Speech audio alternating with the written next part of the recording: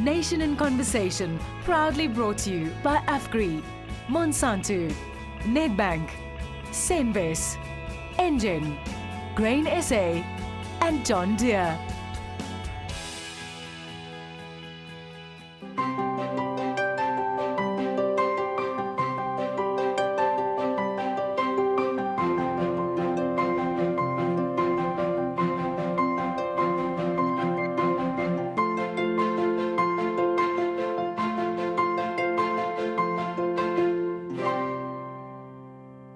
Right, welcome to the launch of A Nation in Conversation, Nasi in Gesprek, and our opening discussion, Agriculture Positive Outlook.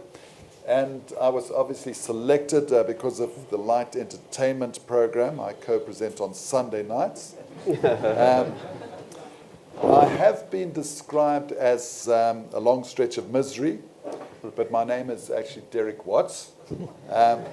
And I say it loudly because these days I'm often mistaken for Rian Kreywagen. Rian doesn't have grey hair and his eyes are still twinkling blue. Okay, I don't claim to be an expert in the field, so to speak, but I am joined by leading lights in the vital sector of agriculture, so welcome to you all. The basis of the discussion, obviously the importance of agriculture in terms of the GDP, job creation and food security, land reform challenges and solutions. Let's start with the state of land reform. And President Jacob Zuma has promised to speed up land reform. He's also referred to the expropriation bill approved in May last year, which gives the state compulsory purchase powers. The president also encouraged land claimants not to accept cash payouts, which he says perpetuates dispossession and undermines economic empowerment. Over the past 23 years, land reform has barely altered the farming landscape, with only about, 9% of farmland being restituted or redistributed, making a small dent in rural poverty. And thanks to Michelle Nell for that overview in the Sunday Times Special Food Basket edition. Let's pick up on that aspect. Stephen Grootes, you have a way of stirring the pot and speaking from the heart. You've already complained about an all-male panel. So your comments on land reform, just to set the scene. Good evening. I think there are a few things that I think we need to be quite careful about. And we hear a lot of conversations about land reform and the urgent need for it. And I think there are a few things. One is, obviously, there's an urgent need for it. But we hear very little discussion, in my view, about what our actual aim is. So we've got to be very careful. What is it that we want to achieve? There is, I think, a pressing need for symbolic restitution. In other words, people who feel quite correctly and quite legitimately, and legitimacy, that legitimate part of it's very important. 3 or 4 generations on that, nothing has changed for them. And certainly since 1994, very little has changed. They or their parents or their grandparents were removed from the one thing that was going to keep them and give them and their families wealth for generations to come, and they still don't have it back. So there's symbolism that's got to be fixed, and it's symbolic of our entire nation in some way, shape, and form. So do you want to do something for symbolic reasons, which we must do, but how would you do it? Do you want to achieve the aim exclusively or at the same time of creating, for example, a strong group of sustainable black middle-class farmers, the kind of people who the Mbekis were before they were removed from the land in the Eastern Cape 3 or 4 generations ago? Do you want to do that? How would you do that? Because you might do them in slightly different ways. You might not. You might be able to do both at once. But if you try and say, we're going to help these communities of people, you might lose some of the symbolic aspect if it doesn't help other people. Then you've got other problems that are clearly very difficult to deal with. So President Jacob Zuma said in his State of the Nation address earlier this year that, in his view, I think it was 90% of land claims people take money rather than the land.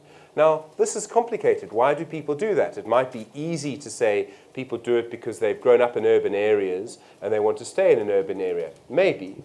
It might be because there are more descendants of the people who were removed from the land than the number of people who were removed from the land. In other words, you can't go back to the land when you've got more people than were living there, It's easier to split up money than it is land in that way.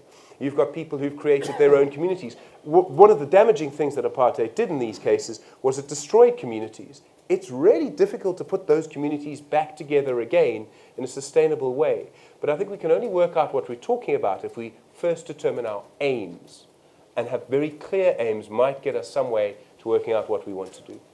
Rolf Meyer, is it all symbolic or do we have specific aims? I think it's real, Derek. My understanding is that the committee that has been appointed by government some time ago, which I think is called the High Level Committee to review government legislation. legislation, By Galema, headed by former President Galema Motlanthe. My understanding is that in their public consultations around the country in all provinces, the number one subject that came out is, in fact, land reform, even in Gauteng. So it's a real subject. It's real in terms of it matters for people. And that is something that we have to be very aware of. But at the same time, I think it's important that we try to define this. And I don't have the definition. I'm looking for it. Because in my mind, land can only mean something if it has commercial value. If you can actually exchange it for security in some other way. And then it brings back the question, and this is where, I think we have to get our minds around. It's not only, to my mind, about agricultural land or land outside of the cities. I think the real thing that we should start to think about is land in urban areas too. So when we talk about land reform, I think we must look at the bigger picture. And the vast majority of South Africans are not on rural land anymore.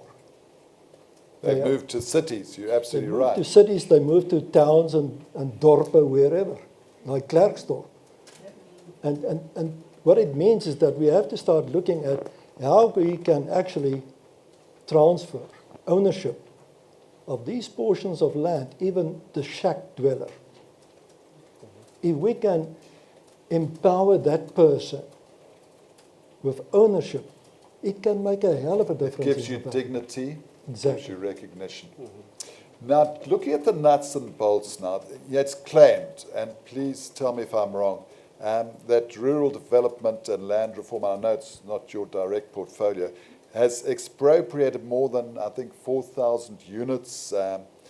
I want to know if that figure is right, what is a unit, and how many have been passed on to claimants. And Mike Malgana, can you give us your comments on that? Thank you. Once again, my apologies for being late. Sometimes you underestimate the distance. We had a big other meetings, unions and stuff, so 5 o'clock I had to run here. Well, at least you didn't hit the potholes like we did. But I think the question is very significant. There are two types of land reform. One is the restitution part. And restitution would have to refer to people valuing land from an accommodation residential standpoint. Well, within that, government is building what they call 1 hectare, 1 household, specifically trying to do food security at a smaller level for self-sufficiency and self-reliance. The second one is the use of land for agricultural purposes. I think the major dilemma there is the understanding of the involvement of all the role players to ensure the effective utilization of that land. And I think we all agree on that. And I think we missed the boat by seeing any person moving around, as long as it's black, they said, you are a farmer. Here is the land. Because the very person who is giving the land has no clue about what he's doing.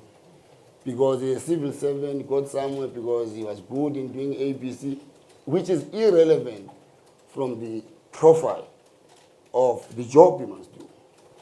The consequence has been the so-called recapitalization, where farms that were extremely profitable suddenly just declined. It was easy to say these people don't know. It was easy to say the government this, but I think that's a superficial part of it. We needed, in my previous life as AFASA president, Yes. to then walk to the rural development guys and say we need a criteria for selecting a farmer. We need a criteria for selecting land. Then the profile of the farmer to the land should be understood. In other words, you don't give me a farm that that produces this type of commodity, yet I'm not even trained in that commodity. And more importantly, it is the capacity, back to what Rolf was saying, and I think it's general, Rolf, that land is valuable when it meets its commercial need. There must be a commercial base for why you need land. And I think that has begun, it's a wake-up call, a sad one, where after so many years, we have not had examples of the success. In fact, more disaster. It is shameful. When I went to Limpopo, there's a typical one there called, it used to produce tea. I asked the HOD, why are you not using this land? He said, they are fighting. They said, no. Let's talk to them. They must fight, but we are not going to embarrass the government. This land must be used, either by the state for purposes of producing food for these people, but they are not going to hold us in ransom. This land must be utilized, or they leave it. And that is on. And the second and most important thing is the training of these farmers. Are you a farmer? I think you'll agree right here, my friend. A farmer is here. A farmer is a gut, it's deep. You don't go to school to become a farmer per se. You are propelled by this inside thing that allows you to wake up at 3 o'clock in the morning and check your farm. Because something is talking to you. That's where I come from. Are we all coming from there? I don't think so. The disaster is sad. I asked the CASP, the comprehensive, the HODs about what they call CASP, the Comprehensive Agriculture Support Program. In the past 5 years, just give me the project that you did on this program that we can go to and say, wow, and this is the impact. It was very sad to notice that that is not there. So what we've begun to do right now, both internally, is to create what I call functional structures. I no longer look at individuals, I look at the functions. My boxes are functions. The next thing, once I finish that, I say then, this is the profile. I need now the profile of a person that fits this functional stuff. We have got to build capacity. And I think that is one thing we have not taken serious attention to. Build the capacity of the person to understand land use. And I think the failure to do so has brought us to where we are. Now they transferred recap to me, what they call recapitalization, which is an admission that we acquired a farm that had nothing, now we must spend more money on it. And spend more money on it. My view is that we are not going to spend money.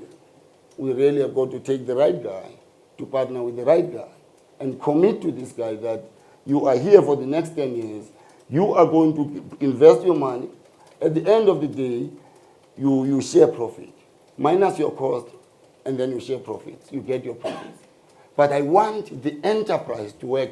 The emphasis is on the enterprise.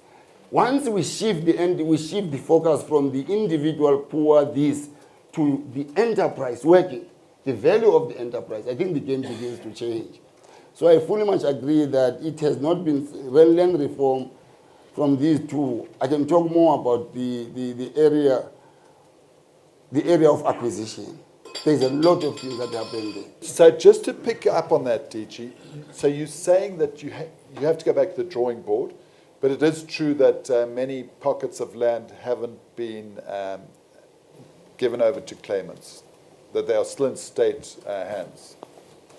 Well, I'm not very sure about that. I think that would need the specific guys in rural development. Yeah. What I do know is that there is plenty of land that is lying fallow. And the sad part is when you say that land used to be. When you say that land used to be, it's an indictment on the government and us that we are here to continue to bring underdevelopment. Yeah, I'd like to just point out that the Minister of Rural Development and Land Reform was invited timeously to take part in this discussion and would have been quite vital to be here. But one of the problems I see is that the claimants are not always on the farm, may not have farming experience, and I believe there has been infighting, of course, between claimants. So it is a big job. And how do we overcome this hurdle? How can we actually look at it with enough manpower and resources to overcome what is a major hurdle? Just if the DG can close on that. I think, let me jump on that. One of the key, I guess, components of partnership with these claimants is the involvement of the government in that business continuously. No longer buy and move out. You buy for them and have a stake and sit next to it, as we did in Northern Cape with the Rooibos factory. Today, that factory is exporting and bringing returns that the provincial government wants us to hand it over to them, which I refuse. Because we were there as shareholders. We were monitoring. And then can call my friend and said, be a management company. Your job is to manage this thing for me. So once we began not to give, but we began to have partnership as government with the beneficiaries, we now were seeing face to face these things we're talking about, lack of capacity, lack of commitment, lack of accountability. All of them were there. But there's one that I think is serious, which is the lack of title deeds to black farmers who are commercial. That is sad. That is very sad. And very soon, we're lobbying for that to get out. We can never invest in a farm that you know is not yours. And most of these farms have got infrastructure of old. Technologies have not changed. And then you bring this guy in addition who doesn't have a clue as to how to use the tractor itself. And in one cooperative, they drive this new tractor, these ladies, and drive and drop, then it stopped. Only to find out there was no oil and it cracked the engine. So no one wanted to drive it. But guys, why are you leaving this tractor there? It's not moving. It's not starting. So I'm trying to mention the issue of accountability and responsibility. And somebody forcing that principle. Those principles cannot exist in isolation from monitoring. So that's what the department is doing. In fact, the CEO of Land Bank is here. Part of why I'm late is I call all the internal funders. NEF, Land Bank, DTI, Rural Development, IDC, we all said, I felt we need to sit in one room and say, if you are doing agro-processing, and this guy is doing agro-processing, we are not efficiently using our resources. Let's find ways of how agro-processing can be done in one house. And then the money that you have, we shift it to let it maximize benefit somewhere. But aren't we saying that there's confusion between departments? Aren't we saying that possibly it should all be the responsibility of DAF? Well, because it seems to be a confusion between them, and expropriation is happening at a slow pace, but then it's not even being handed over to the farmers. And we're going to call on you now. But just to close up that part, shouldn't it be all under one umbrella? Well, I think you're hitting the nail right on the head. Agriculture over time was taken back to rural development. All of it. Because there was no one in agriculture who understood what component of rural development is agriculture. They even went to do debushing. They wanted to castrate animals. And they said it belongs to them. But the competency is sitting with me in agriculture. There's a dairy farm that was done in somewhere in Transkei. Agricultural animal husbandry was not there. 6 months later, the cows were not producing. Some were dying. Now they call, come. It's late. So there is that lack of coordination. And I don't know whether it is the competition that is happening at that level of seniority, because that's what we're doing now. The Treasury said, I'm not going to fund until it is clear what agriculture is about. I'm not going to fund until rural development go and develop rural towns and rural roads. Mike will follow in doing planting around there. But the worst part, and this is serious, where people have been allocated land in former mining areas, because nobody understands soil structure and its composition. You get this person to build here, only to find out 3 years later it's a sinkhole. So those are the things we're beginning to grapple with and bringing them back, throw them to the DDG. It sits there. Why? The poor guy doesn't have capacity to drive this thing. So that's why we're talking about a functional strategy that people are reapplying. Because there's you cannot perform well if the team you have has no capacity to drive what needs to be performed. Now, TP and Chocho, amidst this confusion and delays, how do you do your job with the land bank? I thought this was agriculture, a positive outlook. It is. I didn't say right away. I said by the time the hour's up, we're going to be so positive. But first of all, we look at the challenge. Sure. Look, I always say this, that the starting point of the work that we do at the land bank is in the Constitution. The Constitution in its preamble says that the people of this country recognize that there were certain exclusions that happened in the past, but at the same time, the same group of people, this particular nation, agrees that it has to take certain steps to build a united nation going forward and address redress and provide access to land and so on and so on. And then take it one step further and look at the Land Bank Act. The Land Bank Act, which was rewritten in 2002, amended to say that we have a responsibility to support commercial agriculture generally, but at the same time we have a responsibility to drive and promote greater inclusivity of those who historically have not had the opportunity. It's in the Act. So I always say to people, by very nature, my job is a transformation job, or it's an inclusive growth job, or whatever you want to call it. There's a lot of talk about radical and what have you. But my job, by definition, is a job of trying to find a situation where agriculture continues to thrive, but at the same time, opportunities are created for the participation. So how do we do it?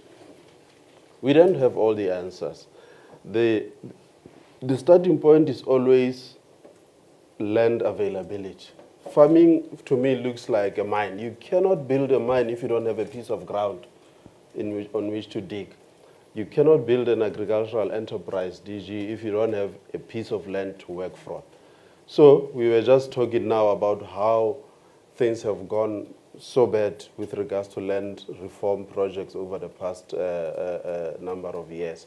That is why I believe, as a starting point, this would be the recommendation I make to government. We need to reinstitute and correct the derailed program of land reform up to now. In other words, we need to go back, find those land parcels that have gone fallow, and do them properly so that productivity is restored on that land.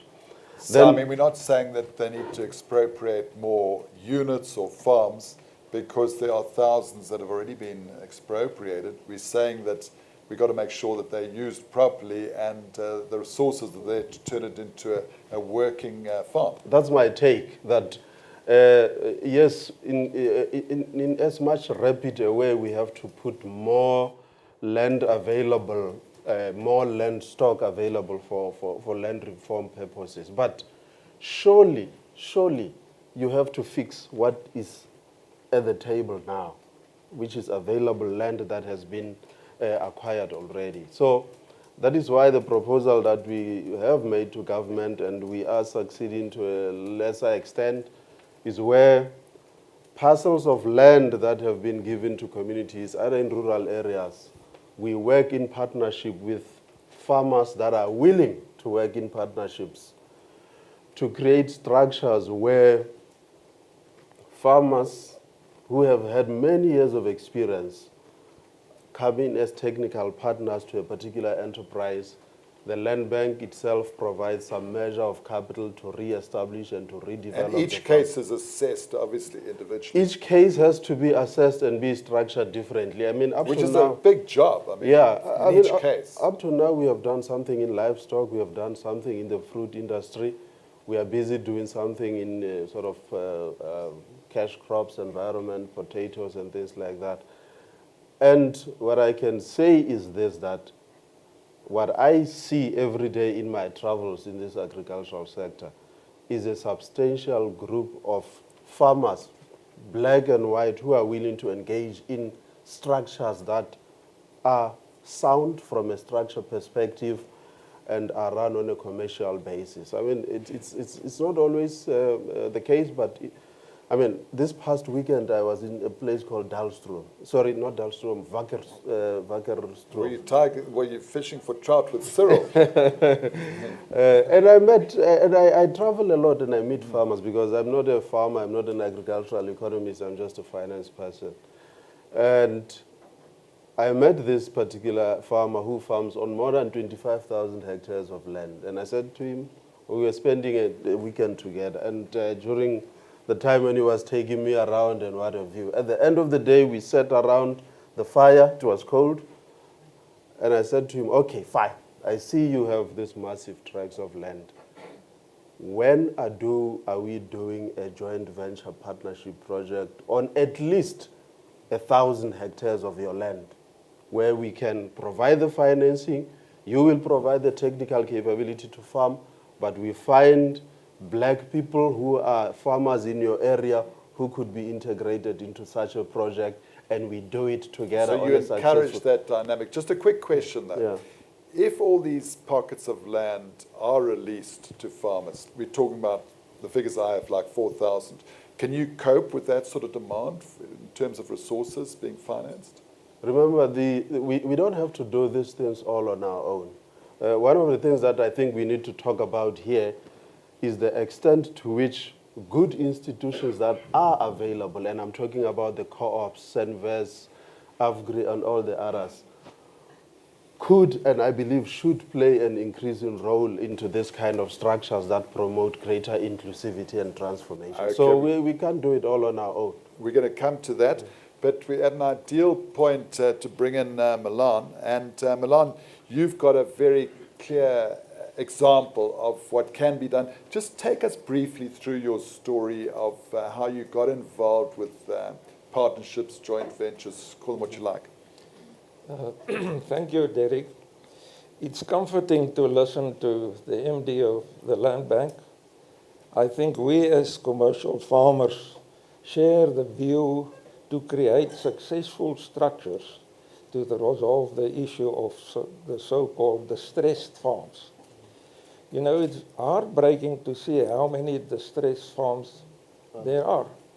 In my area, I know of 40 farms, close proximity from where I live. And that's where the commercial farmers really, that's why they really want to get involved. It's heartbreaking to see land lying fallow. And the problem is to rebuild these farms will be very, very expensive, and it will take time. So must have a lot of patience in this regard. But coming to your question, yeah, we do have some experience. Personally, our company, we are involved in a workers' trust that we have established in the LRA days. And I want to share with you, they paid off their debt 2 years ago. It's profit-driven now, and all the participants and shareholders are very, very happy. And then we also lease land from communities. They are happy, and we are happy because it's a win-win situation.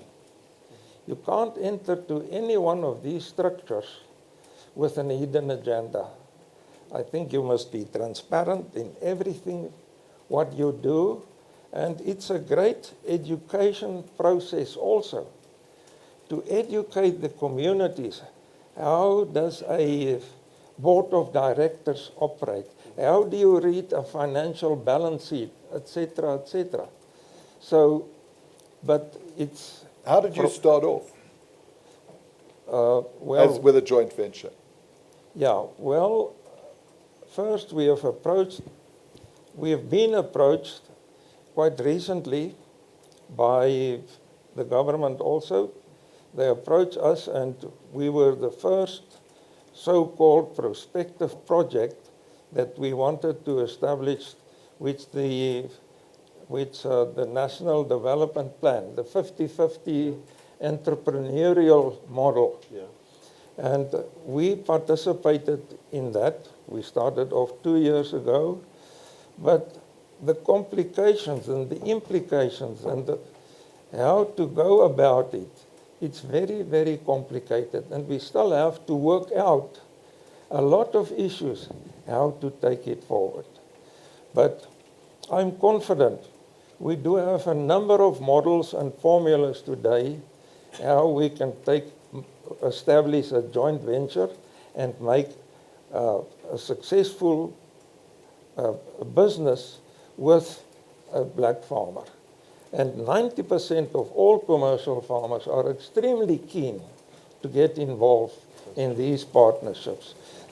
I think we must just be able to resolve all the difficulties, how to do it, how to implement it. It's not always that clear.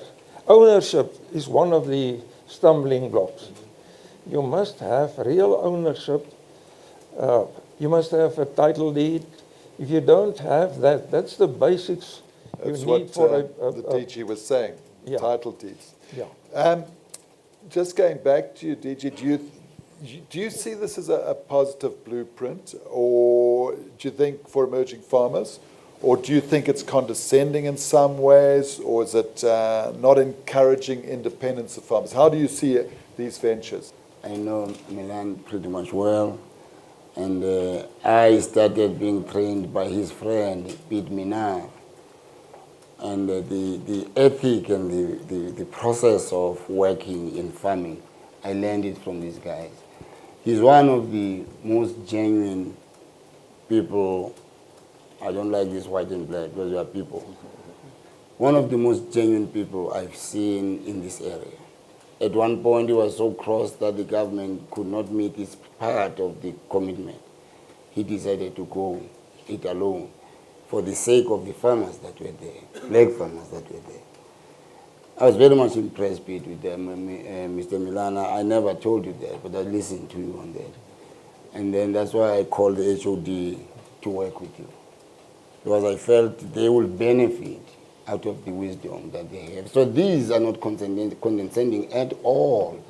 In fact, most of the recap farms that are going to be recapped are going to function along these lines. I've learned this. And they are going to partner in such a way that when I give money, I actually borrow the money as government. Maybe I can call it a soft loan, so that it comes back. But I've got confidence that it is going to come. The returns are going to come because of exactly the integrity that goes with this process. And of course, the Land Bank and the other groups who were together, they are coming together with a package plan that will assist in this regard. So it's not condescending at all. It is one of the best. I certainly grew out of it a lot myself, and I'm comfortably one of those farmers. So providing all parties are transparent and and you have title deeds, it could be a blueprint. Stephen, I've never heard you quiet for 20 minutes. Your comments. One of the things that I think is also important is there's a lot of noise about land and land reform, or expropriation without compensation at the moment. And it's quite difficult to know what's going to happen. I'm seated next to a Director General, so he will automatically know more than this. But it strikes me there's noise from people who call for radical change, which is about internal party battles. And I'm talking specifically about within the ANC. President Jacob Zuma has said it, his supporters have said it.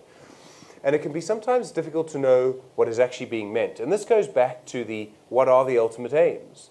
And those aren't necessarily spelt out either by the people who use this. And some of that noise, I think, is being used to try and call people out. So it's a way of creating, if I say this, so a great example is, I believe it's time for a woman president. We all know what that means, right? We all know who's being supported there.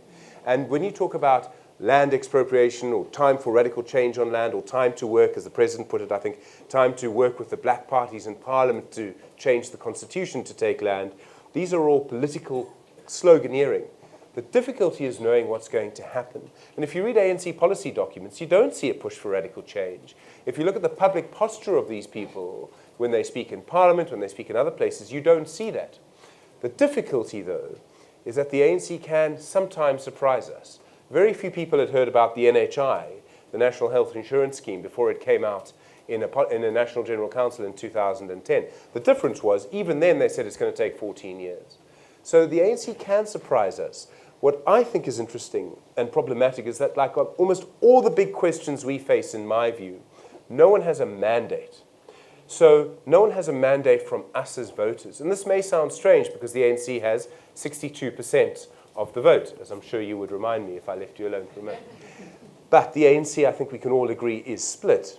So you've got a part of the ANC, call it 30% of the vote, another part of the ANC, call it 30% of the vote. You've got the DA and the EFF together, call them just over 30% of the vote, and no one has a mandate. And the biggest danger that we might face is that at the end of 2019, after elections, we're still left with no mandate because we as a country are split. And that means that to work together on a problem as difficult as land reform, there's unlikely to be easy solutions in the offing because no one has a mandate. Okay, you talked about a mandate and a goal. I'm going to pick out that theme. And I want you to just listen to this statement, okay? Over the next decade, profitability in South Africa's primary agricultural sector will narrow, okay, making agriculture unsustainable for small and emerging farmers and tough for all but the biggest. Rolf, your comments on that?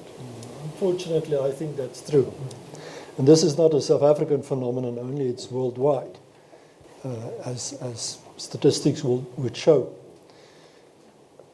Derek, I think the conversation this evening and the coming days, because there are many of these, would be exactly about how can we take a different view of agriculture. And I'm saying it as somebody not within the industry. And I think it's something of an interest to all South Africans, that agriculture be seen as an industry that can contribute, in fact, according to history, has contributed hugely to the GDP of the country, but can do so more even in the future, given the circumstances not within the region only, but worldwide. And I think that is where we should start actually the conversation. But coming from that also, the fact that it can contribute hugely towards job creation, not only at the lower level, but also at the management level. And I think there are huge opportunities, not only what is currently already being exposed, but also what can happen further. And then the third point is the way in which agriculture has to contribute to the need for food security in the region in particular. We've seen what happened in the last year or so with the drought that's been all over the region, and the challenges that brought to households. And I think we have to keep that in mind. So here's a positive view that we have to take about agriculture. And building on what Milan was saying, I know for a fact, and I think all of us can vouch for that, how commercial farmers at large are already contributing towards bringing about a different approach in transforming the picture of agriculture in South Africa and the picture of land ownership. There are plenty of examples already operating at the commercial level without instigation, without initiatives even from government level. And I think we have to highlight that, bring it forward, and to help TP and to help Mike in making it easier to empower new emerging farmers in South Africa. But now, TP and Mike, aren't you going to take Rolf on with that statement? Are you going to accept it? In fact, I don't. He hasn't. Well, told basically, you, he was saying that it's only the big guns that can really survive. And I, Yeah. well, let me get another view to get you on the right road. There's another view that 2 million households engage in small-scale production, but don't get the support they need. Okay. And there's a Professor Ben Cousins says civil servants now prefer to work in offices. They're not getting support. But there's the other view, that it's not all about large-scale farming, that we have to really encourage the small farmer as long as he's got the basic resources, especially water. That's correct. What we should remember is the following. If we say there is this move towards bigger scale farming, let's ask ourselves, what about countries that have very little land but are the most competitive in terms of agricultural output? Israel, I haven't been there, but reading literature. Other smaller countries which don't have as much land as we do. But so what I'm saying is that might be correct, but I don't think it takes the small unit out of the productive equation. To the extent I believe that technology, and when I refer to technology, I mean better inputs, better farming methods, better methods of managing crop or livestock and so on and so on. So smaller units of production, I believe, can as well contribute to the economy and to social upliftment. So the example that you're making about, and I read the same statistics from Stats SA as well, there's a huge number of people who own small parcels of land and who could improve their livelihoods quite significantly from an income perspective if they had instruments of support that are. And I believe what I've seen in other parts of the world is where such instruments of support are localized in nature. You know, you have a special entity that works in a particular geography, offers not only financial support, but offers all sorts of technical support and provides advice in terms of access to market, helps to improve the quality of the output and so on and so on. I mean, if there are people here from the retail industry, for instance, they will tell you that they stand ready in terms of their enterprise development programs to buy more from emerging farmers, smallholder farmers. But the quality has to be right, and the consistency in terms of output has to be okay. And for people to reach that particular point, they need assistance. I mean, I was listening to the DG earlier on, and he was making observations. And a question came to my mind was, if we go back 100 years ago, and I might be wrong, but I want to guess that the first generation farmers of Afrikaner farmers had to go through the same experience curve. And when you go through the same experience curve, you need support as much as possible to go through the experience curve. And I think that is what the country is being called upon to do at the moment. And that is for those who are genuine farmers, and I'm not talking DG about the guy who has been given a farm and they only go there over the weekend for a braai. I'm talking about a genuine emerging black farmer, smallholder farmer who's serious about farming. They are there and they need to be supported because the little that I've learned about agriculture at the moment, and I speak to a lot of people, is that you can never, I think, have a successful agricultural development program as a nation if you don't combine land with the science of farming and the extension services program that take that science to the farm. Without those basic elements, you cannot have and so even our transformation project in South Africa about greater inclusion of black people, will not succeed unless it is founded on those fundamentals.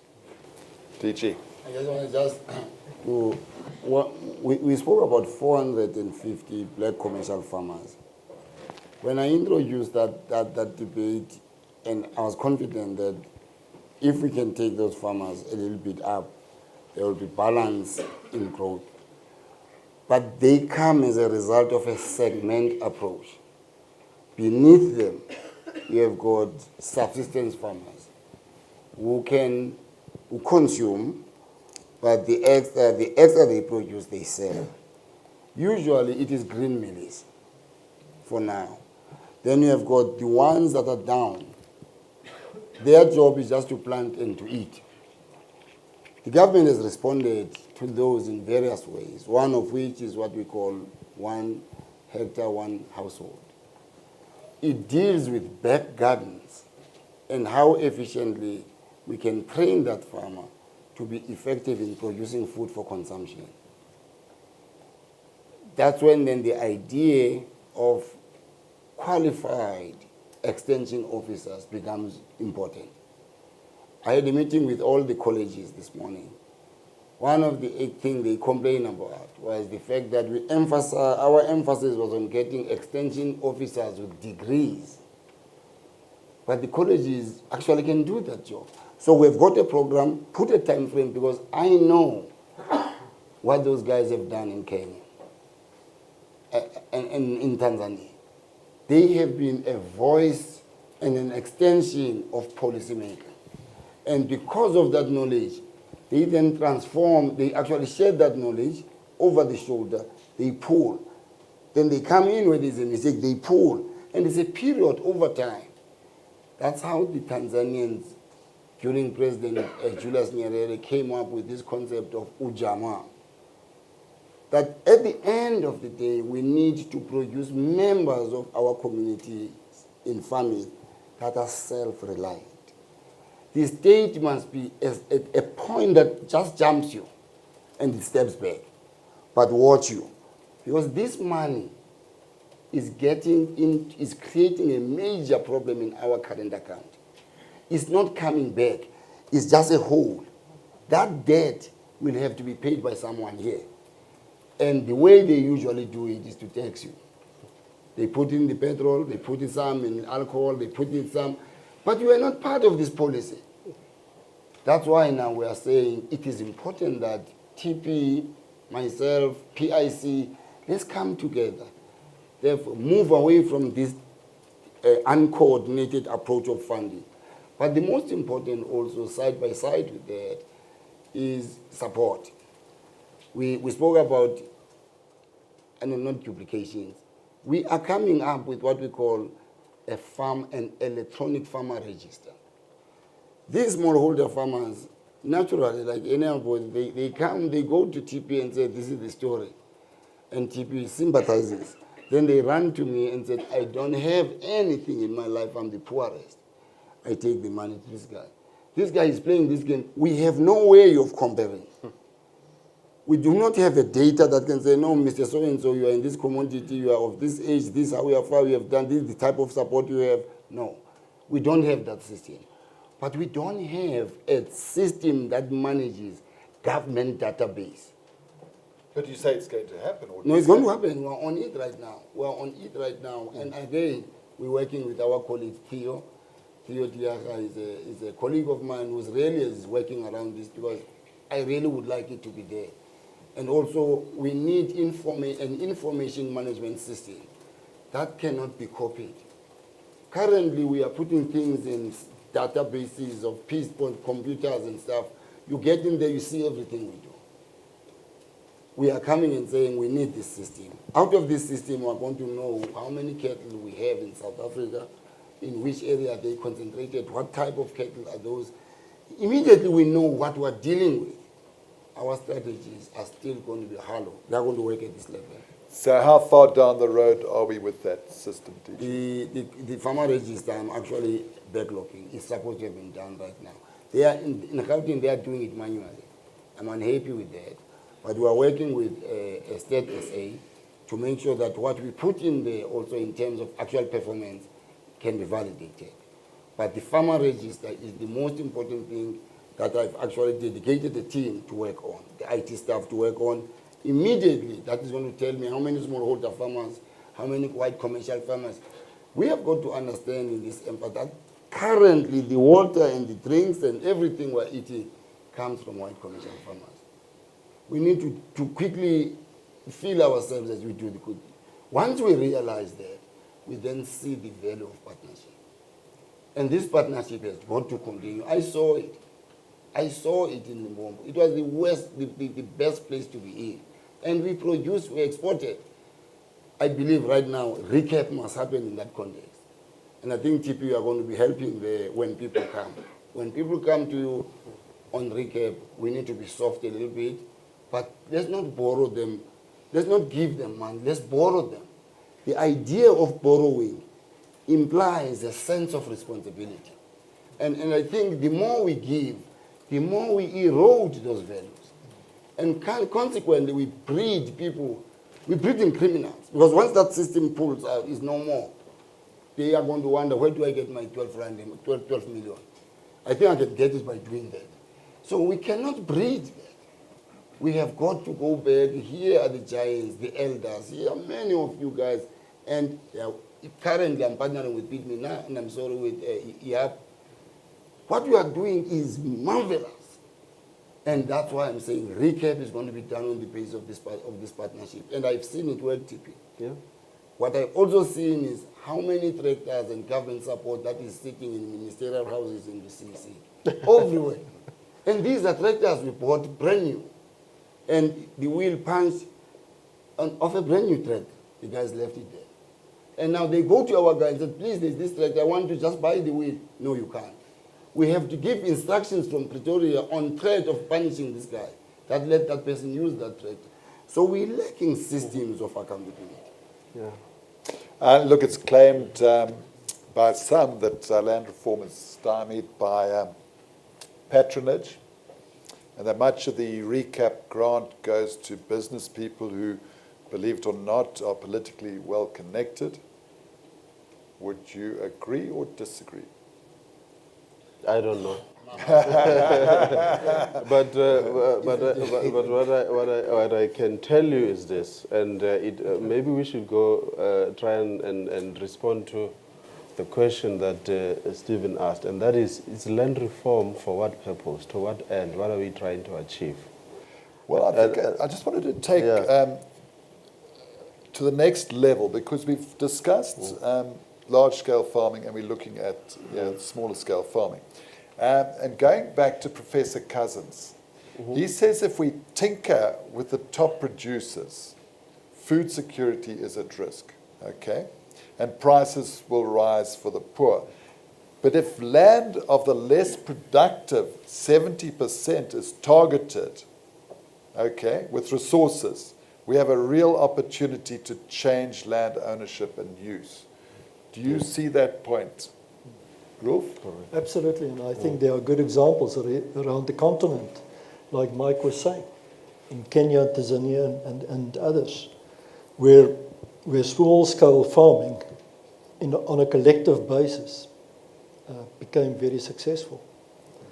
And I think that is, well, it's happening in part of South Africa already, particularly I think in Mpumalanga and KZN. So there are examples elsewhere as well as in our own situation, and we must just escalate that. Milan, I'd like you to come in here. You've been listening to this conversation. You've seen things work. Just how much will is there from your area that you've seen to really get these partnerships going? And how do you see this working throughout the country? What can we do to make it work? All farmers, commercial farmers, successful farmers, are really committed to get involved with land reform. And the reason for that is, we work with the people on the land, our farm workers, our foremen on the farm. They do have a passion for farming as well. And that's one of the reasons I think we do want to create an opportunity for them as well to get involved in farming. Black and white people who really want, it's impossible today to start a new farm. You can't do it. It's too expensive, etc.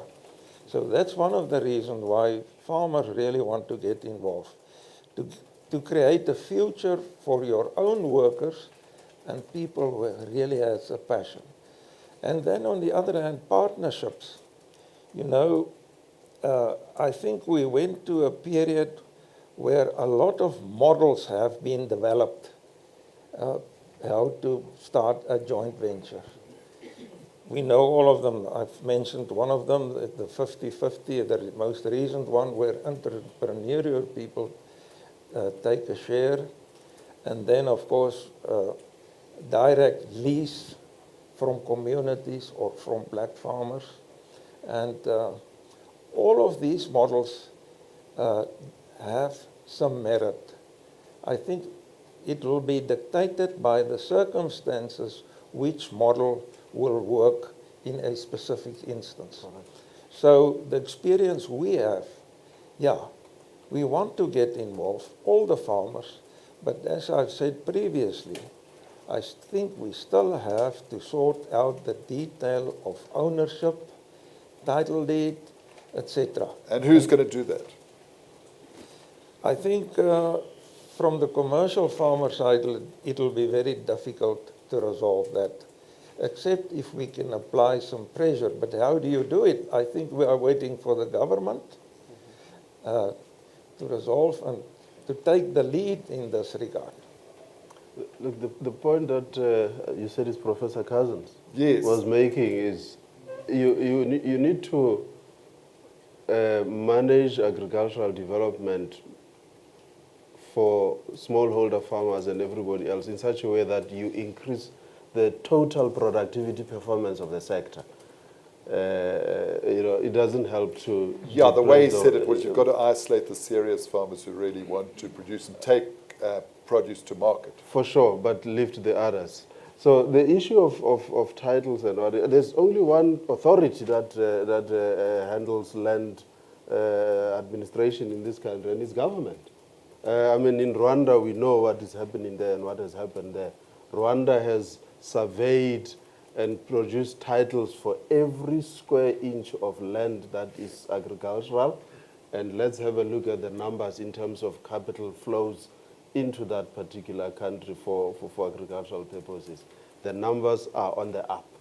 And the basis thereof has been certainty around title and ownership of land, which the Rwandan government put right at the top of its agenda. Can you sort this out for us, Director General? Eh? Well, if you know the Agricultural Regulatory Act of 1970, and I think Section 70 or Act 70 stipulates that we do that as agriculture, we regulate that. The cabinet has been pushed on this. I mean, really, in the Kotlas, we are very close to sorting it out. I think the minister, Gwindi, is still a staunch believer that let's keep the way it is. I think what he has learned in many places is saying, for example, go to Mozambique, nobody owns land. People are functioning on a lease, long leases. What is this commitment to title deeds? And we do tell why that is the case. And the pressure is on government. And the 30% set aside as market access, that has also been agreed, with some saying, why don't we do 80? Defining that 80 as aggressive transformation. But what I have found very interesting in dealing with most of the colleagues, some are here, the willingness to be part of this radical transformation surprised me.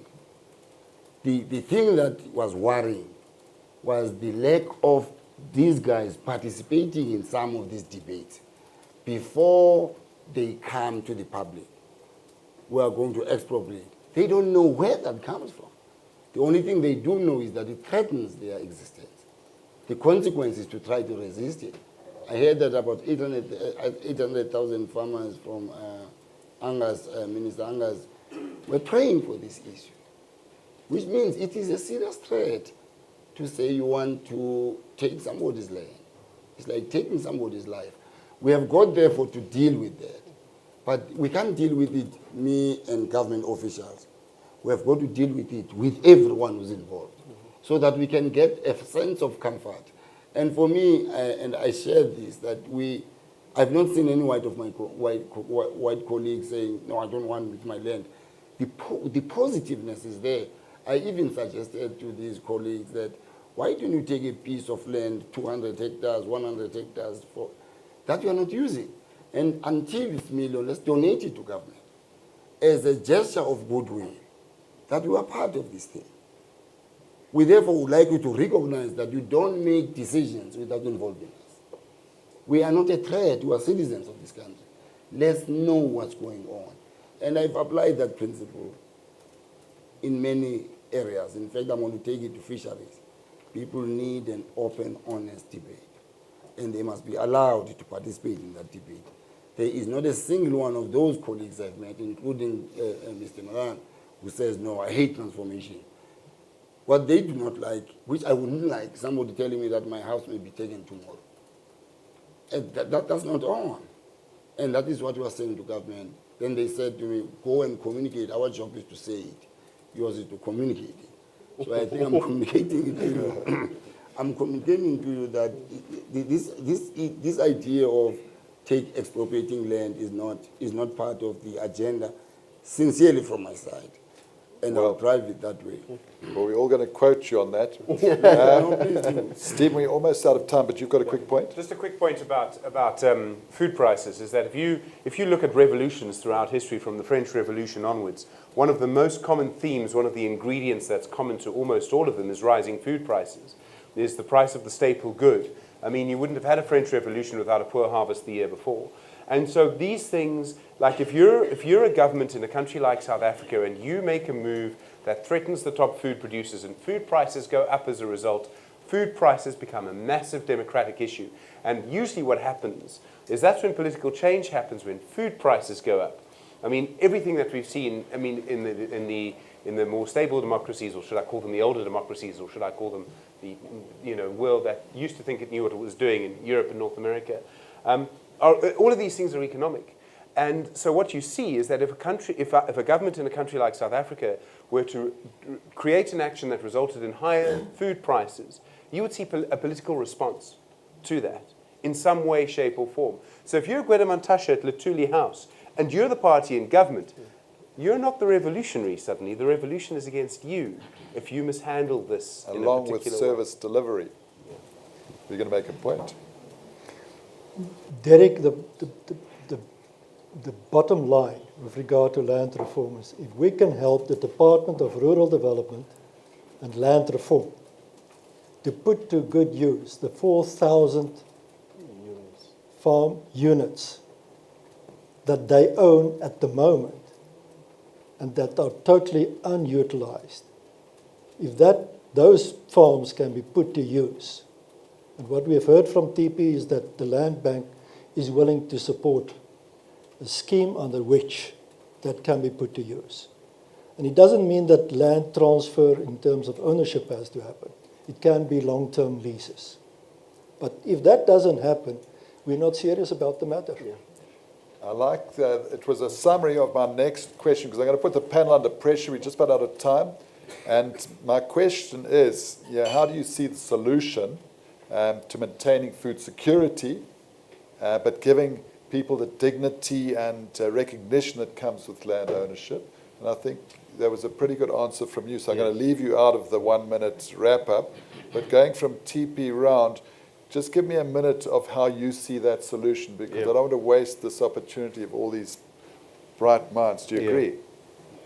So look, what I would say is, as far as I'm concerned, and I've given this a lot of thought, I don't think, Rolf, that land necessarily has to be a point of division and divisiveness as it is playing out to be. Why can't it be a unifying factor in the context of what you're saying? In other words, here is land, and every person of goodwill joins hands to create institutional structures to make the land more productive. In other words, the very same point which is supposed to be a point of conflict gets treated in a different way to be a point of unity. That's the one thing. The second thing, we have institutions in this country that are strong and that need to be leveraged and can be coordinated to do much more. And I'm talking about the Land Bank, I'm talking about the other development finance institutions, I'm talking about the co-ops and the agribusinesses in this country. If all of us could just do more than what we are doing at the moment, I think we can go far, far, far, far down the line and provide almost a leadership effort towards making agriculture more productive from the ground upwards. Thank you, TP. Milan, your vision, your brief vision for food security and giving people dignity and hope. I think we should start off, and I do feel very serious about this, that we promote dialogue in each district at grassroots level on these issues. And I think if we do get to know one another better, the farmers, the businessmen in that specific area, all these issues could be addressed very favorably and with great success. Secondly, I think I got the figure the other day, but I'm not so sure whether it's correct. We do have 19,000 distressed farms in the Republic of South Africa. If we could develop those farms and get them on stream again, producing food, make it successful, I think then we'll have no concern about food security in this country. Thank you. Stephen, can you wave your magic wand? I'm an analyst. I don't have to come up with solutions. I just have to talk about why everyone else is wrong. I mean, I think it's obvious that it really is about it's about trying to create a sort of center of debate. And sometimes what politicians do is that politicians can really benefit from conflict because they can put their supporters against someone else's supporters, and in the process they get more support. And so you have to watch for that very carefully. And that can sometimes mean when everyone else is shouting, you just have to stay quiet. But it can also sometimes mean that if your particular issue or your constituency or your asset or whatever is about to be used as a political football, you have to play a very clever game to make sure that doesn't happen to you and that you don't become the victim of someone else's political ploy. You can read into that whatever you like. And the way to do that sometimes can be to shout very loudly. Sometimes you have to play the politics in a different way, but you don't want to be the victim of something else either. Thank you, Stephen. DG, it's up to you to wrap things up with what you want to do or going to do. Just take us into the future. A quick wrap up. Thank you. I'll just I think my colleagues have touched on this. You know, just a base. We have got 14 million people who go to bed without food in South Africa. That's recorded and proven. That's a worrisome factor for me. We have therefore come up with targeted support, specifically to those groups. But at this point, it's an emergency we're offering. But we want to plant gardens. We want to train them. I cannot believe that one of the provinces is Gauteng province with 3.9 people. And some of people get stunned about this recognition. But it cannot stand them because it's the rural-urban migration, the seeming attraction of goodness in the rural areas, in the urban areas, as a result of rural poverty. Where do those people go to? They come to the town. The town doesn't accept them. They mill around it and suddenly make this shift. So I think for me, we therefore need to partner together. I've seen the benefit of that. And the recapitalization of the farms you're talking about, Mr. Milan, is, in my view, has got to go the route of partnership. Not mentorship, partnership. I've seen that in my personal situation, it works. And more importantly, I guess, the dialogue that we are talking about. These dialogues are very important to seek the views of other stakeholders and let those views form, especially for me, people like me, they help inform the strategy that we do. Because I cannot do a strategy sitting in that office. Consequently, I have invited all organized agriculture to write to me about their strategy and how their strategy will enhance working together to achieve the objectives. All of them. Because I believe without those guys, we're not going to succeed. So the secrecy, which is what really I'm uncomfortable with, is the fact that let's not communicate what we do and what we say. Let's then, if the press asks, let's talk about it. But it affects the lives of those people.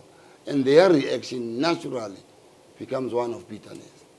And therefore, in my view, an inclusive economic growth means maximum participation of stakeholders whose lives are intertwined with the debate about transformation. And I can say this once again. The guys I've spoken to and I've seen, I've sat with, are not anti-transformation at all. They are unhappy that they don't know what's happening. The first time they know, it comes as a threat, and they react naturally. So we have got to begin to communicate more, and I think these type of communication forums, if we can do them regularly, given time, they really would help create an understanding, a shared understanding that will allow stability in the sector in future. Thank you, Director General, and thanks to our panel. I think they should get a huge round of applause. So what do you think?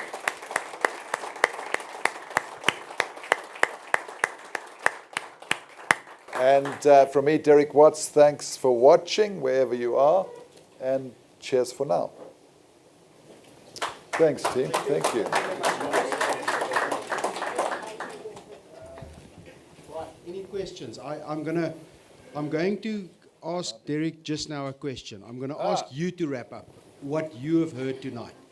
But before we do that, I think what people underestimate sometimes, and I was involved with some of TP's senior people a while ago, and some of them are here, is the extent to which they are working on models that are actually working.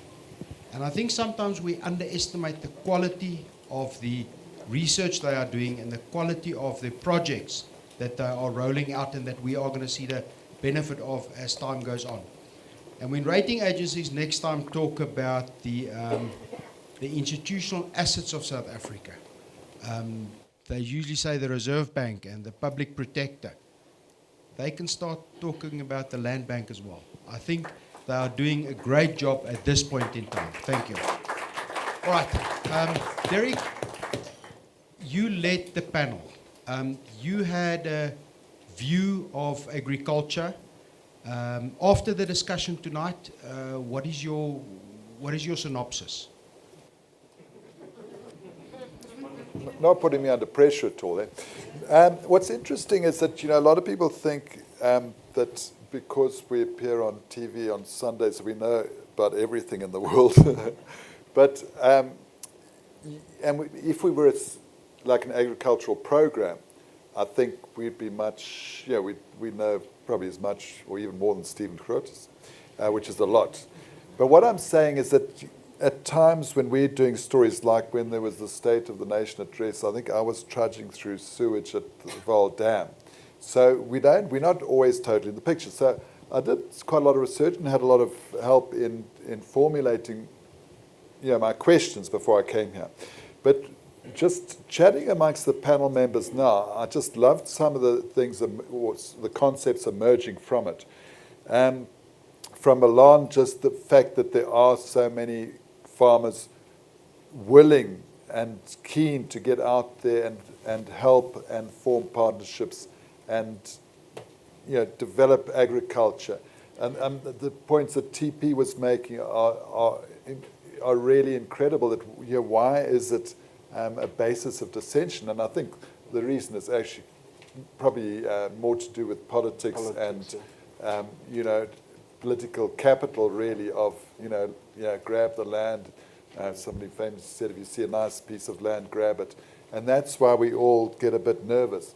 But really, from what I've heard here, bottom line is that I just feel more positive about agriculture and about the potential. I mean that absolutely genuinely. And I just loved listening to the Director General.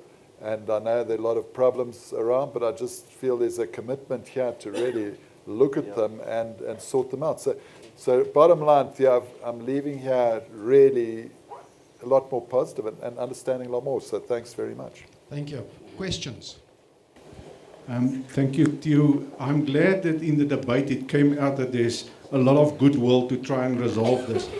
And the reason why I'm saying this is one thing that I've learned from the drought was if we today lose 400,000 hectares of maize in this country, we are in a deficit situation, and then we're at the food prices that Stephen was talking about at import parity that is 75% higher than what we have at the moment. Yeah. And this is the sensitivity that we have understanding the sector, that just 400,000 hectares can be lost in, land reform, can be lost in, another product, can be lost to not having finance or title deeds or things like that. And that could tip the country from export parity to import parity. Now, for farmers, higher prices are good, but for the country, it is not going to be good. So I think this is the sensitivity from our side, understanding the commercial sector, why we need to resolve this land reform thing in a positive way to maintain the food security. Thank you, Jannie. That was Jannie de Villiers, the head of Grain SA.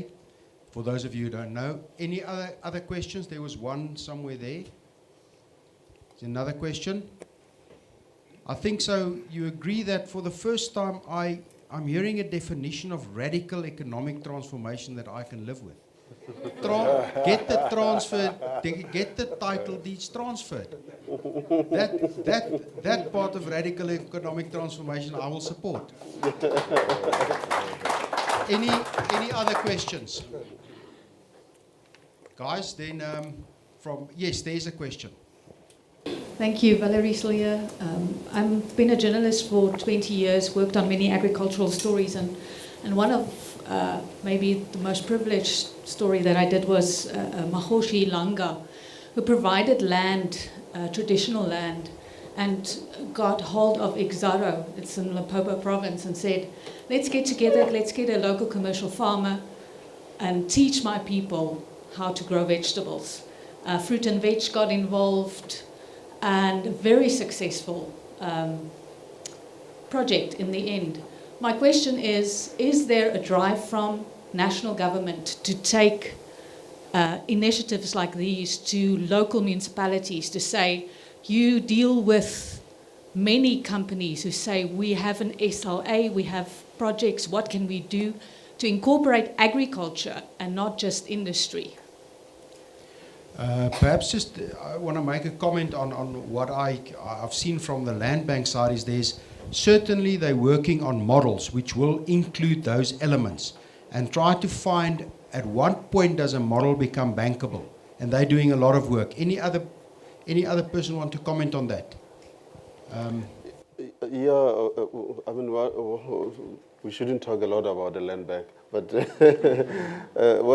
I created a specialized team there. It's a small team of people. It's a project development and project preparation unit. Because we had a discussion in the bank, and I said to the guys, isn't it that from a transformation perspective, from an inclusivity perspective, there are two questions that we need to ask.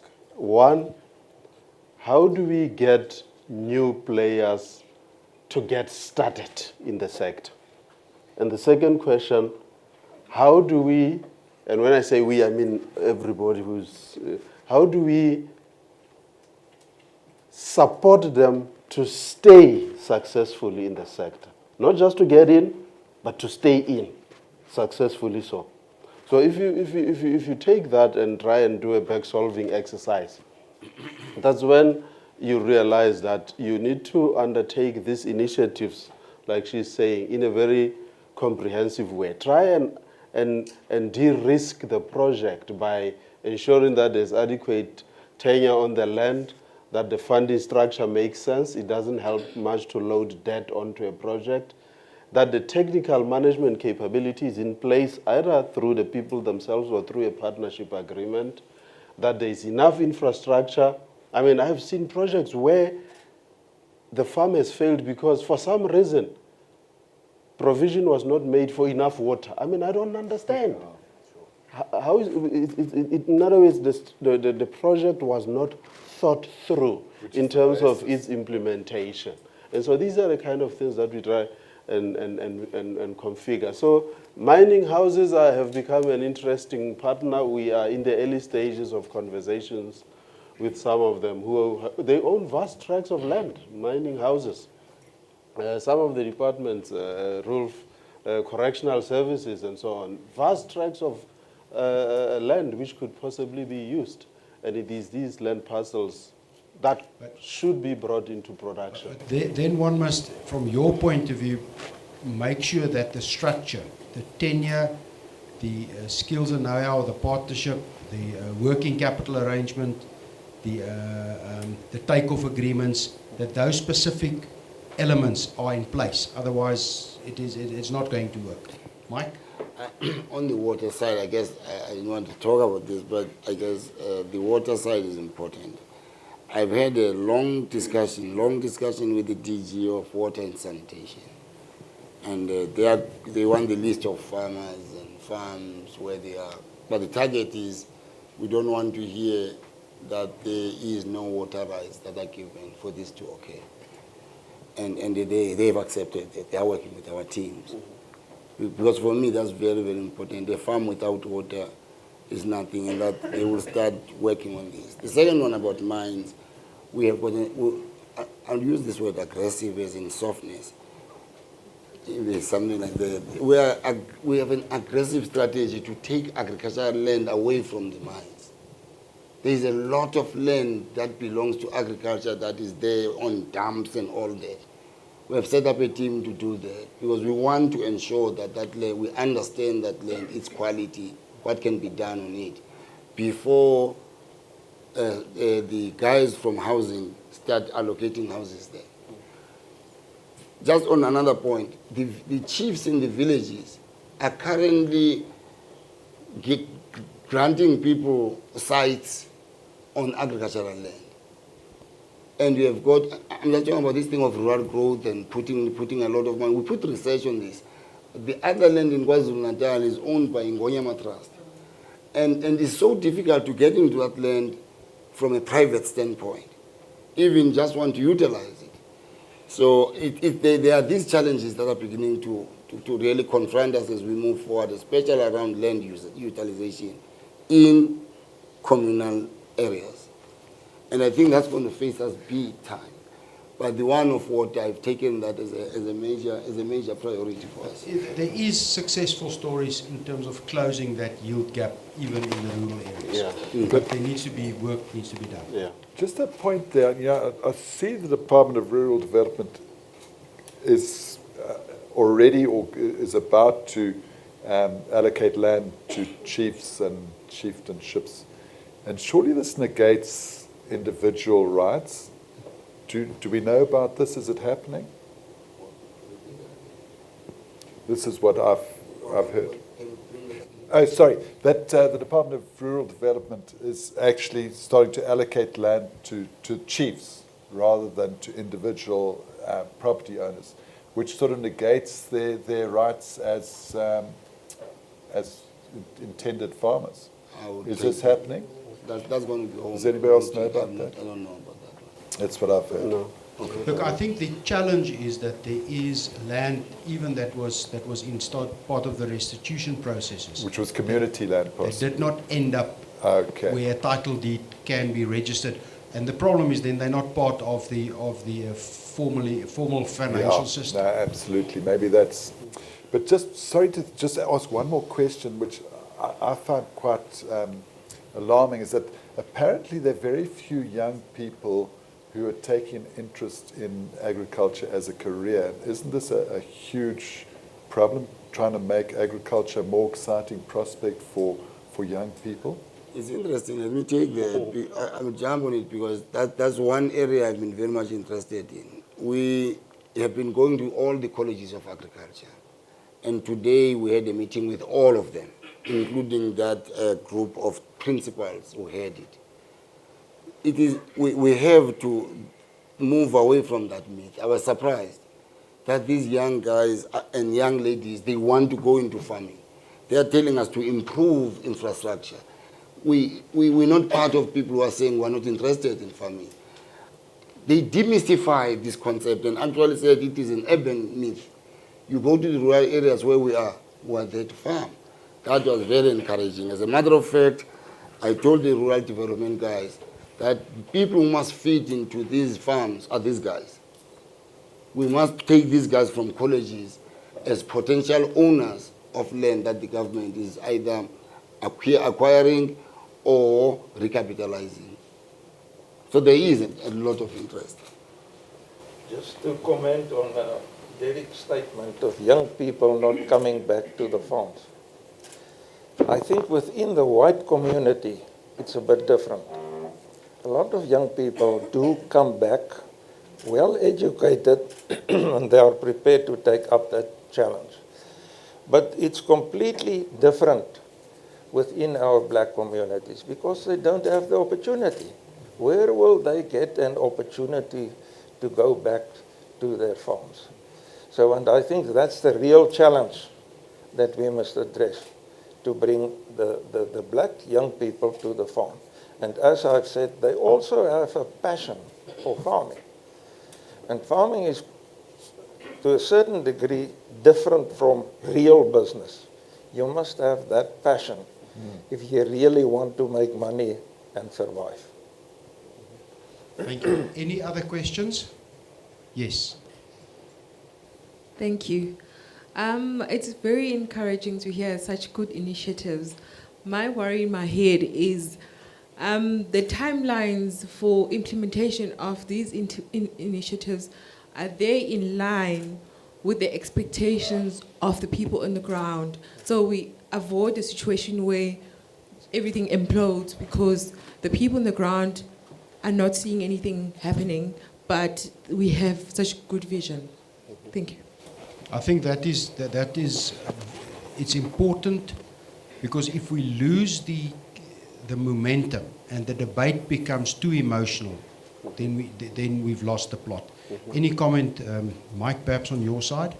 You're on the coal face of this. No, actually it's interesting because I think these people like my sister who went back to the land, and if she asks that question, it seems to say we're not communicating enough. Because I would like to see her being supported inland. That's why we're emphasizing the training of these extension officers. The provinces and us have not been working very strong. They report to the MEC, they report to me, they report to someone else. Consequently, the focus is not there. These are the people who are supposed to engage you. The only thing I could do to stop the lack of focus, to withhold funding until they do ABC. In other words, align their programs with my objectives and the measurement thereof. But it is a problem of communicating to people as to what we are doing at regional and district level is a major challenge for us. It's because of the lack of capacity. That's why going back to training is going back to basics. Because you have got people who have been running this thing, but they have no base at all. So I would like to take that challenge because we need to ensure that that type of a situation is dealt with. And by the way, one of the mottos I brought to the guys is that we are not good until you guys say we are.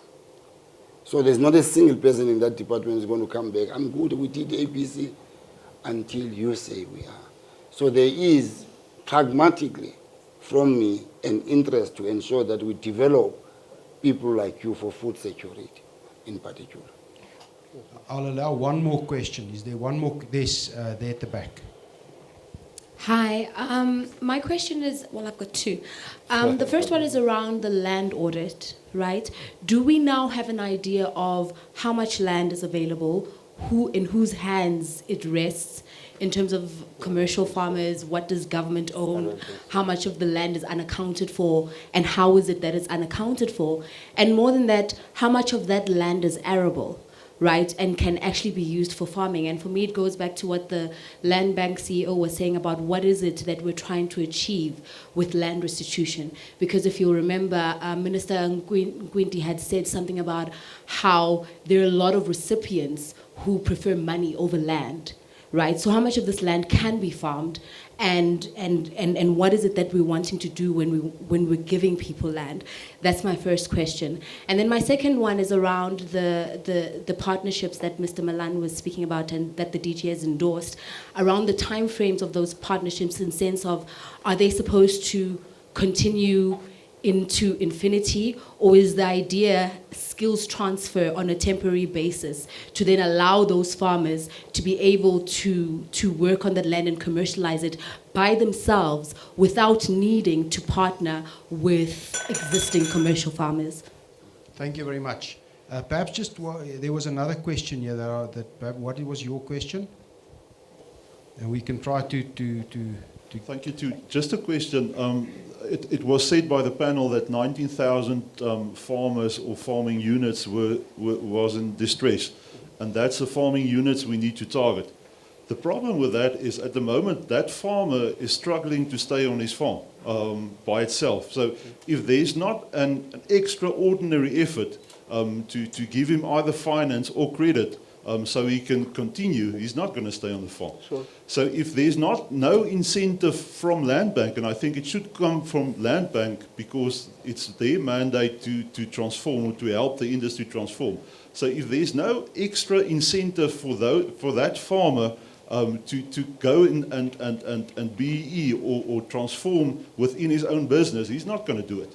Because he's struggling by himself. So we need to work on how we get that 19,000 farmers extra credit, extra incentive to transform to BEE. Thank you very much. 3 questions. The first one, the land audit. Does anybody have a update on where that is? I thought Yanni was going to answer on that. The Minister of Rural Development, didn't he commission you, Yanni? Were you guys not commissioned on this? I think they were commissioned. Maybe it's, you can't reveal that. Yeah, maybe. But he knows. Yanni knows. On my side, I really do not. I think the guys from Land Affairs do know, unless there's somebody. John Purchase is the head of AgBiz. We tried to do through our engagement through the NARIC structure and through the CEO forum, we try to engage DRDLR and DAF to do a land audit. And this was many years ago. Yanni will remember that process very well. We never got it off the ground, basically also because of intransigence from government, and one must be critical of that.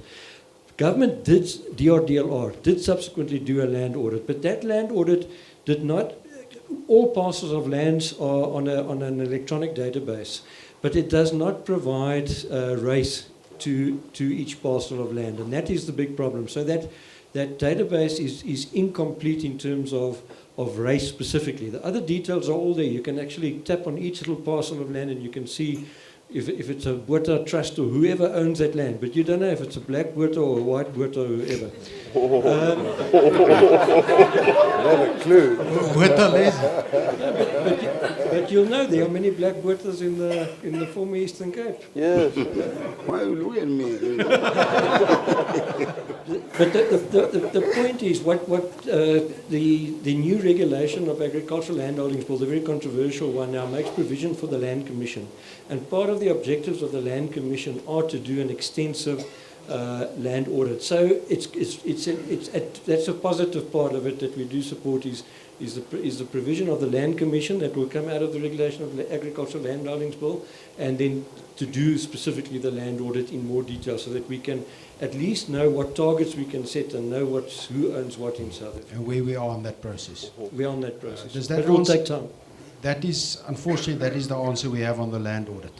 Then these partnerships, are they or collaborative businesses or joint ventures? Is the aim of that will always be a partnership, or is there also a skills transfer that at some point perhaps it might evolve in creating more skilled farmers that might start their own farming businesses? What is the aim? Is it a permanent, short-term, long-term? How do you view them? I think you want to just take it. Can I reply to that? I think from the commercial farmer's view, is definitely that we want to phase out over a period. We want to transfer the skills and we want to develop the farm and over a period hand over to the beneficiaries or to your partners. I think that's... The aim is to create a viable commercial farming Correct. operation In the next long year. term, yes. And that is also in terms of the land bank's processes and projects. Anything else? Then the third question was about the farms in distress, and shouldn't they be used in a way where finance is available, but then there's other issues that can be addressed in that way, in that respect. I think we talked earlier, there is low-hanging fruit perhaps in the 4,000 farms, but how do you view the farms in distress? And I also think one perhaps needs to realize that the land bank, a major part of its mandate is via partners, via agricultural companies, and they play a role in the rollout of the policy. Yes, that observation is correct. What I will add to that is, if you take one farm and you want to reinstitute it, start it again, we need to do it completely differently this time around so that it doesn't fail. I have said so to my colleagues in government to say, let us just accept that government is not an implementer of projects. So government should make available land, it should make available these support instruments, but leave the implementation of these things to private sector parties so that they can make them work. So there is, for instance, a practical example that we are working through now. A community in Groblersdal, 20,000 hectares of land that was made available to them. I went there. It is not work. There's nothing happening on 20,000. And by the way, all over around that area is many successful farmers. So there cannot be a problem with land quality. Certainly there's enough water, there's canals there and what have you. So what's the missing link? And so we then said, right, we need to redo this thing and redo it properly. Point number one, let's send a team of specialists there who will survey the entire 20,000 hectares and be clear about what can be done where. Perhaps a portion thereof will be for grain purposes. Perhaps a portion thereof could be used for grapes. Perhaps a portion thereof could be used for livestock. So in other words, develop a master plan for the development of that entire land unit. And that implementation could happen over time. So you do that. Then the next thing that you do, you have to create a proper institutional mechanism around it. Who is going to manage the farm? Who's going to be the head of production? Who's going to be responsible for managing mechanical works and looking after the tractors? So you set up a clear institutional framework. And then the third thing, you then design a financial structure. And very often, the land bank gets accused of not wanting to give people money because we have done the calculations and we say, no. You're looking for 60 million. If we look at the yield potential of the farm and everything, actually you can only carry that to a maximum of 40, not 60. And this is where hopefully working together with the DG, we can then say, right, the capital structure of this thing is 60 million in total required, of which 40 could be brought in the form of debt, but the rest should be provided maybe in the form of an equity grant by government. That is why I don't like the current form of grant giving, because it's giving a person money and they walk away.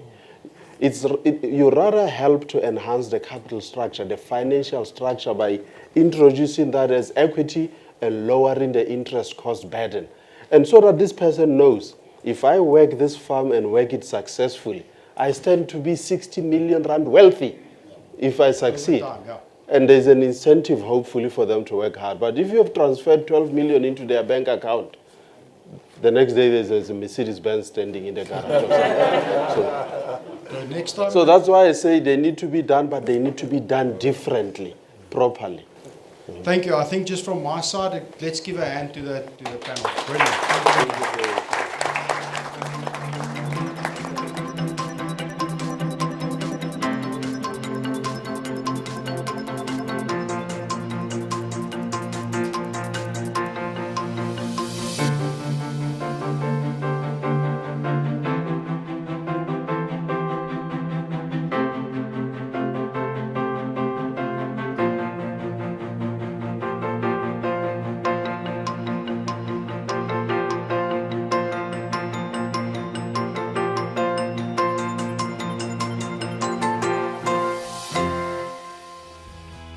Nation in Conversation, proudly brought to you by AFGRI, Monsanto, Nedbank, Senbes, Engine, Grain SA, and John Deere.